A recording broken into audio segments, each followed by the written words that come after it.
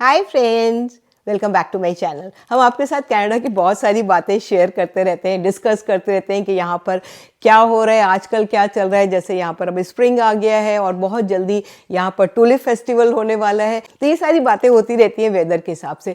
कुछ चीज़ें ऐसी हैं जो अगर आप यहाँ नए आ रहे हो एज ए स्टूडेंट तो आपको मालूम होना चाहिए कि हमें यहाँ पर नए कंट्री में आकर क्या क्या होगा। तो बहुत सारी बातें हमने अपने वीडियोज़ में पहले आपको बताई है। जैसे हमने पहले एक वीडियो में बात की थी कि अगर आपको कार का लाइसेंस लेना है तो आप कैसे ले सकते हो। यहाँ आओगे, आप कार का लाइसेंस लोगे तो ड्राइव करोगे।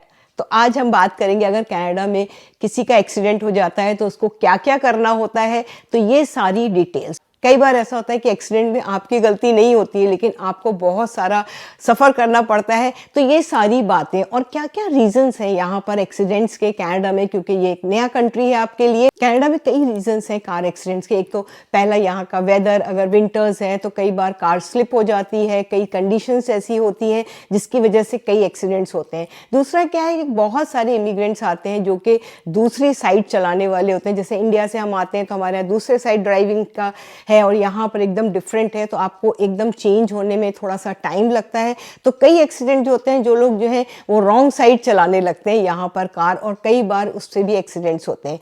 कई एक्सीडेंट जो है वो स्पीडिंग की वजह से होते हैं। कई बार क्या होता है कि आपकी गलती होती है, दूसरे की गलती होती है, तो उसकी वजह से भी बड़े एक्सीडेंट्स हो जाते हैं। और कई बार तो ऐसा होता है कि दूसरे की गलती की वजह से आपको बहुत परेशान होना पड़ता है। तो ये सारी बातें हम एक एक करके करेंगे कि हमको जैसे एक्सीडेंट होता है तो क्या करना होगा।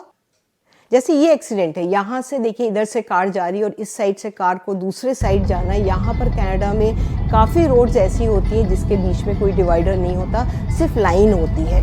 तो इससे आपको बहुत ध्यान रखना है कि दोनों साइड से कार, इधर से कार जा रही है, उधर से कार आ रही है, तो कभी हेड ऑन कोलिजन ना हो। आपको उस पर ध्यान रखना होगा बहुत ज़्यादा। जैसे ये एक्सीडेंट है, उस पर ज़ोर से हिट कर दिया तो सारी कार टूट गई और जितने उसमें एयर बैग है वो खुल गई, तो पूरी कार ख़त्म हो गई। अब वो कार यूज़ हो ही नहीं सकती। एक बार अगर एयर बैग कार से निकल गए तो आप उस कार को यूज़ नहीं कर सकते।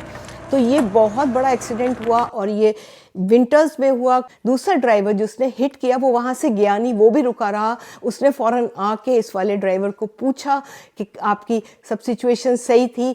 इतना बड़ा एक्सीडेंट होने पर भी ये ड्राइवर ठीक था। लेकिन देखिए पीछे जो ड्राइव करना था उसने उतर कर सबसे पहले हेल्प की ड्राइवर की। तो हमको ये सबसे पहले ये करना होगा जब कोई एक्सीडेंट हो जाए कि जो दोनों कार में जो ड्राइवर्स हैं, सबसे पहले ये देखना है कि वो ठीक है, और उसमें से कोई ठीक है तो वो खुद जो है पुलिस को कॉल करे, जिसका नंबर है 911। अगर आपकी कंडीशन ऐसी है दूसरा कोई कॉल कर ले तो आप उसको भी बोल सकते हो, वो आपके लिए कॉल कर देगा। तो ये सबसे ज़रूरी है कि पहले अपने आप को देखें, कुछ ऐसा नहीं है, फिर 911 कॉल करें ताकि पुलिस फ़ौरन ही आपको आके मदद करे। क्या पुलिस आने से पहले फायर ब्रिगेड आ गई, उसने सारा चेक किया, कार्स चेक की।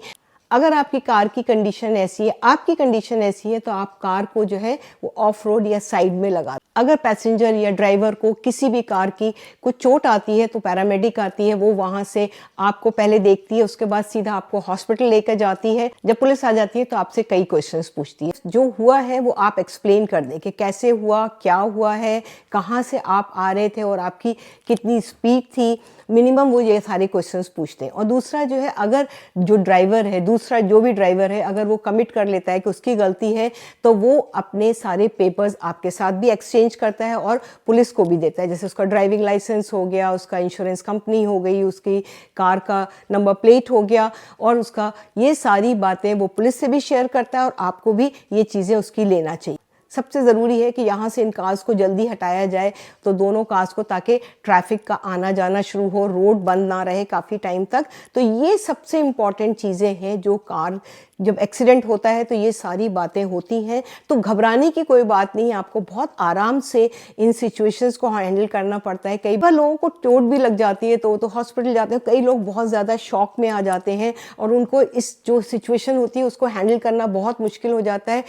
ये सारी बातें कर ली हमने कि जब एक्सीडेंट हो गया तो क्या क्या क्या क्या हमें करना होता है। और फिर जब एक बार जो है वहाँ से जो कार्स जो हैं वो टो हो गई, तो उसके बाद अभी काम यहाँ ख़त्म नहीं हुआ है। फिर आपको पुलिस वाला बताता है कि आप नेक्स्ट डे जाकर पूरा कोलिजन सेंटर के अंदर डिटेल आपको वहाँ पे इंफॉर्मेशन भरनी पड़ती है।